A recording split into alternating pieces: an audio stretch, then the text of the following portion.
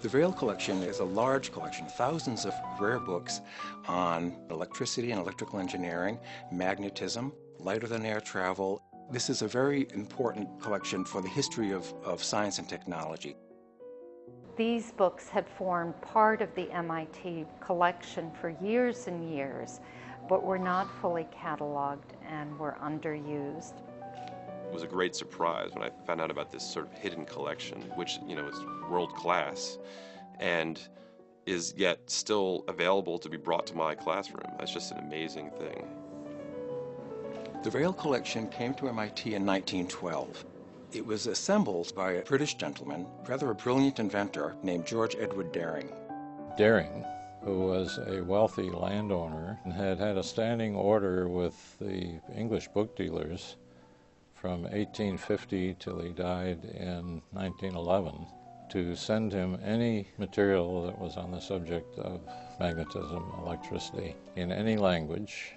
And when he died in 1911, Theodore Vail, who at the time was the president of AT&T, heard that the collection was going to be auctioned off and immediately sent a telegram bidding and buying that collection. He wanted it in the United States. He thought that the best place for it was the Massachusetts Institute of Technology. There's something just really powerful about being able to see one of these original texts, look at the drawings and look at the markings of all the people who've held it since and think about all the people who've poured through this. We have papers and books that have been inscribed by some of the most important figures in science and technology to other important figures in science and technology. Essentially the scientific conversation. I would almost call it sort of the human aspect of scientific publishing. The main reason why I'm a supporter of the libraries is to take a stand against this idea that books are obsolete. There's an awful lot in a book that researchers can find watermark hints and clues.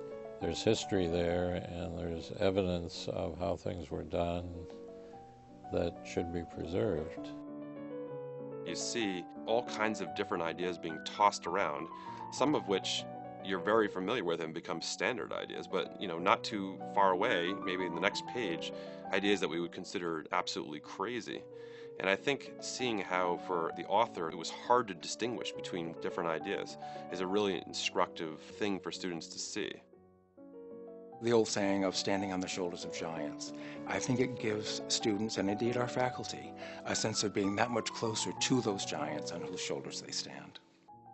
The very history of science and technology is reflected in these books. They're literally monuments. They're treasures of human history, of human achievement.